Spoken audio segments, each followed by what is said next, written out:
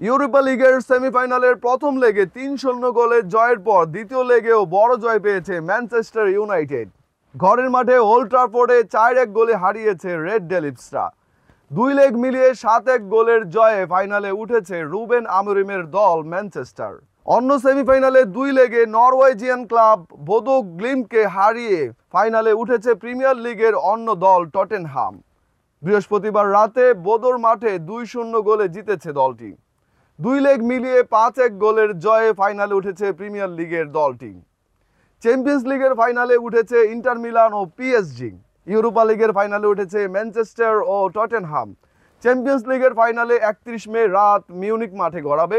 Europa লিগের final হবে একদিন পর সান মেমেস অর্থাৎ স্প্যানিশ ক্লাব অ্যাথলেটিকো বিলবাওয়ের মাঠে। ইউরোপা লিগের জয়ী দল জায়গা পাবে আগামী আসরের চ্যাম্পিয়ন্স লিগে।